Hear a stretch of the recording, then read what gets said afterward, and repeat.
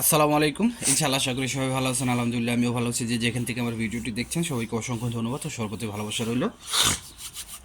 তো আজকের ভিডিওর মূল তিনটা টপিক নিয়ে কথা বলবো। সেটা হচ্ছে আপনার ভিএফএস গ্লোবালের ছোট করে আপডেট দিব এবং তার সাথে কিছু শহরের কথা বলবো, যে শহরগুলোতে কাজ হচ্ছে। এবং আপনারা যেই জিনিসটা আমার কাছে জানতে চেয়েছেন সেটা হচ্ছে ইতালি অ্যাম্বাসি অথবা ইতালি যে পেরফুত্তরা সেটা কি শহর ভিত্তিক কাজ করতেছে কিনা এবং কোন শহরের নলস্তার বিষয় হচ্ছে। আজকে নতুন শহরে একটা অ্যাড করব।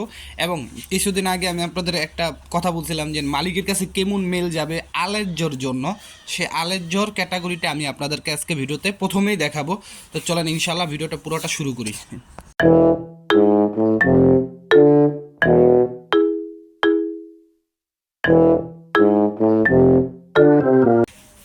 তো সব কিছুর জন্য আলহামদুলিল্লাহ প্রথমে আমি গতকালকের একটু বিএফএস গ্লোবালের আপডেটটা দিই। আমার কাছে খুব একদম কম সংখ্যক আপডেট আছে। সেটা হচ্ছে ফ্যামিলি ভিসার আপডেট হচ্ছে 6টা 2024 সালের, স্পন্সার বিষয় হচ্ছে 2টা 2024 সালের, এগ্রিকালচার বিষয় হচ্ছে একটা 2024 সালের, স্টুডেন্ট বিষয় হচ্ছে 3টা 2024 সালের, এবং পাসপোর্ট আপনার রিজেক্ট করা হয়েছে এরকম প্রায় 10 থেকে 11টার মতো। মানে আমার কাছে জাস্ট এইটুকু আপডেট আছে, তাও হচ্ছে কালেক্টেড 2023 এবং 2024 সালের 10-11টার মতো। এরপরে এর বাইরে হিউজ পরিমাণ পাসপোর্ট রিজেক্ট করা হইতেছে, হিউজ পরিমাণ ভিসাও হইতেছে। এখন আপনারা যারা হোয়াটসঅ্যাপ গ্রুপে আছেন আপনারা কিন্তু দেখতে পারতেছেন ভিসার যে সিরিয়াল নাম্বার সেগুলো দেখলে কিন্তু আপনারা বুঝতে পারতেছেন। মাত্র এক সপ্তাহে মনে হয় 461টার মতো ভিসা তারা দিছে, এরকম একটা দেখছি। আই থিঙ্ক আমার মনে হয় আসলে পুরো, আমি যদি ভুল না করে থাকি। তারপরে দ্বিতীয় যে বিষয়টা আমি আপনাদের সামনে একটু বলি, স্ক্রিনে আপনারা একটা শহরের দেখতে পারতেছেন যে 2023 সালের জমা, তিনি ফগি শহরের, তিনি কিন্তু পাসপোর্ট সাবমিট করছিল এবং মানে ভিসার মেসেজ তার পাইছে বা ভিসা হবে। ঠিক আছে, তো এই একটা শহর। তো এখন আপনাদের ভিতরে যে কথাটা আপনারা আমাকে জিজ্ঞেস করেন, বেসিক্যালি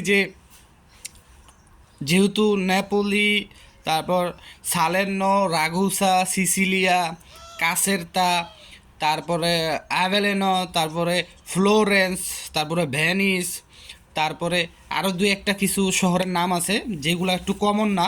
তো এই শহরগুলোর কিন্তু কাজ দেখতেছি। যেরকম গতকালকে যদি আমি একটু ফলো করি, লাস্ট 2-3 দিন যদি একটু ফলো করি, সেটা হচ্ছে কাসেরতা এবং রাগুসা সিটির কিন্তু আপনার প্রচুর পরিমাণে মেসেজ আইছে কাসেরটা এবং রাগুসা সিটির। তো এখন আমরা কি বলতে পারি, বা আপনারা আমার জিজ্ঞেস করেন যে ভাই অ্যাম্বাসি বা ভিএফএস গ্লোবাল কি শহরভিত্তিক কাজ করতেছে কিনা বা ইতালি পেপুত্তরা, দেখেন এটা বলা খুবই মুশকিল। কারণ আপনারা যদি একটু পিছনে খেয়াল করেন যে আমার বন্ধুদের জমা ছিল কিন্তু ইতালি ভ্যানিস শহর থেকে, যেহেতু বেসিক্যালি ভ্যানিসে আমি কাজ করি। তো ভ্যানিস শহরে ছিল, এর পাশাপাশি কিন্তু অনেকে ভ্যানিস শহর থেকে রিজেক্ট হয়েছে। কিন্তু এইখানে কিন্তু আমার সাথে আরও মালিকের পরিচয় আছে, আরও লোকেরা জমা দিছে, তাদের সাথে কথা হয়েছে। তাদের এখন তৈরি কোনো ধরনের আপনার তাদের সাথে কোনো ধরনের কমিউনিকেশন করা হয় না। তারা মানে তাদের ভিসাও রিজেক্ট হয় না বা মালিকের কাছে কোনো ধরনের পেকও আসে না, মেলও আসে না, কিছু আসে না। তো তার মানে কি বোঝা যাচ্ছে এটা আপনারা বলেন। হয়তোবা ইতালি অ্যাম্বাসির থেকে পাসপোর্ট যেই কাজগুলি সিরিয়াল মতো ওইখানে পাঠানো হইতেছে সেই কাজগুলি হয়ে আসতেছে, এরকমটা হতে পারে।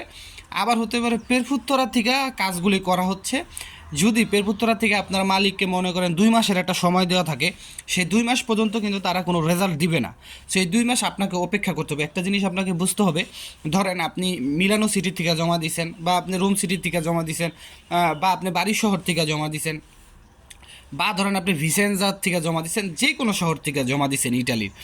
তো ওই শহরের পেপুত্তরা অবশ্যই আপনার মালিকের সাথে কমিউনিকেশন করবে যখন আপনার ফাইলটা যদি রিয়েল থাকে। আর যারা এর ভিতরে মনে করেন যে ফেক কাগজ জমা দিচ্ছেন তাদের তো কোনো ধরনের আসবই না, এখন আসবই না। ওইগুলার সাবজেক্ট বাদ, যেটা একদম ফেক ওইটা, মানে অ্যাপয়েন্টমেন্ট ছাড়া যারা জমা দিচ্ছেন এর ভিতরে 2023-এর যাদের ফেক, এটা তো বাদই। তো আপনার ধরেন যে পেরপুত্তরা থেকে আপনার মালিকের সাথে কমিউনিকেশন করলো, মালিকরে হয়তো বা 2 মাসের সময় দিতে পারে। সেই 2টা মাস এখানটা কিন্তু বেশি লাগতেছে, এই 2টা মাস আপনাদের ওয়েট করতে হবে। আশা করি বুঝতে পারছেন। তো শুনতাছি আমি যে হয়তো এই ফেব্রুয়ারি মাসে আন্দোলনের ডাক দিছে আমার শ্রদ্ধেয় ভাইয়েরা, ছোটো ভাই এবং বড় ভাই যারাই আছে। তো এখানে আপনারা আমার মতামত জানতে চাইলে আমি বলুন যে এই যে সে তো মনে করেন এখন ওয়ান স্টপ ভেরিফিকেশন করছে, তখন কি করবো জানেন, ক্যাক করে সব দিব বন্ধ করে। কারণ এটা তাদের কাছে ওয়ান টুর ব্যাপার। এই যে এখন মনে করেন সবাই অ্যাপয়েন্টমেন্ট পাইলেন এই যে আপনার ইমেলের মাধ্যমে, মানে ইমেলের মাধ্যমে অ্যাপয়েন্টমেন্টটা যখন পাইছেন তখন তো সবাই জানতেন যে ভিসা হয়ে গেছে গা, মানে ইতালি হয়ে গেছে গা, ইতালি আয় পড়ছেন, যেটা আমিও ভাবছিলাম। হয়েছে ওয়ান স্টপ ভেরিফিকেশন কী করছে, সব কাগজ ঠিক থাকার পরও শুধু মালিকে মেলটা দেখে নাই, মালিক এই কাগজটা দেয় নাই, আপনার রিজেক্ট করে দিছে। আর আমাকে সময় কি করছে এরকম কিন্তু ছিল না, আমাকে সময় নলসটা ঠিক মানে ভিসা ঠিক, এরকম ধারাটাই কিন্তু চলে আইতো যদি আজকে মনে করেন বাংলাদেশে এরকম ক্রিটিক্যাল অবস্থা আমরা সিচুয়েশনটা না ক্রিয়েট করতাম। তো যাই হোক, কথায় আছে যে আপনার বেশি খাইলে মুখ পুড়া যায়, তো বাঙালি আমরা বাঙালি জাতি আমরা বেশি খাইতে দিচ্ছি, আমাদের মুখ পুড়ে গেছে, এই হচ্ছে অবস্থা। তো দুঃখিত। তো সর্বশেষ যে বিষয়টা আমি কথা বলুম সেটা হচ্ছে আপনার স্ক্রিনে দেখতে পারতেছেন যে আলেজ্জোর যে বিষয়টা, যে ব্যক্তির আলেজ্জ সেই ব্যক্তির নামটা এবং তার নলস্তার যে প্রোটোকল নাম্বার, সেই প্রোটোকল নাম্বারটা আমি একটুখানি স্কিপ করে দিছি। আপনারা প্রথমে যেখানে দেখতে পাচ্ছেন আমি স্কিপ করে দিছি, দাগ দিয়ে দিয়েছি, সেখানে থাকবে হচ্ছে আপনার নলস্তার প্রোটোকল নাম্বার, এবং এটা কিন্তু অ্যালকিউন নলস্তা, এবং লাস্টের যেই দেখতেছেন 2 নম্বরে যেটা আমি স্কিপ করে দিই সেইখানে থাকবে ব্যক্তির নিজের নাম। আর এটা দেখতেই পারতেছেন আমি আরও কিছু কিছু জায়গায় স্কিপ করে দিছি, কারণ এটা কিন্তু আপনার একটা একটা মালিকের বা একটা যে লোকের তার পারমিশন ছাড়াই কিন্তু আমি এখানে দিছি। তো সেই ক্ষেত্রে অবশ্যই আপনার সতর্কতা অবলম্বন করেই কিন্তু এই বিষয়টা দিতে হবে, কারণ আমার এখান থেকে একটা কাগজ নিয়ে আবার মনে করেন এটা দিয়ে যদি ডুপ্লিকেট করে হলে তাহলে ঝামেলা আছে। আর 2025-এর এই যে গত 5 তারিখে যারা ফেব্রুয়ারি 5 তারিখে যারা স্পন্সরে আবেদন করছেন তারা 48 ঘন্টার ভিতর তাদের মেসেজ পেয়ে যাবেন যে জমা হয়েছে কি না, বা রিসিপ্ট পেয়ে যাবেন। আর আগামীকাল 7 তারিখ হচ্ছে ডোমেস্টিকের জন্য আবেদন শুরু হবে। তো ইনশাল্লাহ যারা আবেদন করছেন এবং সামনের আরও 2টা ডেট আছে ক্লিক ডেট, সেইখানে যারা করবেন তাদের জন্য মন থেকে দোয়া রইল, আল্লাহ তাআলা সকলের মনাশা পূরণ করুক। সবাই ভালো থাকবেন, সুস্থ থাকবেন, সবার জন্য দোয়া রইল, আমার জন্য দোয়া করবেন। আসসালামু আলাইকুম, আল্লাহ হাফেজ।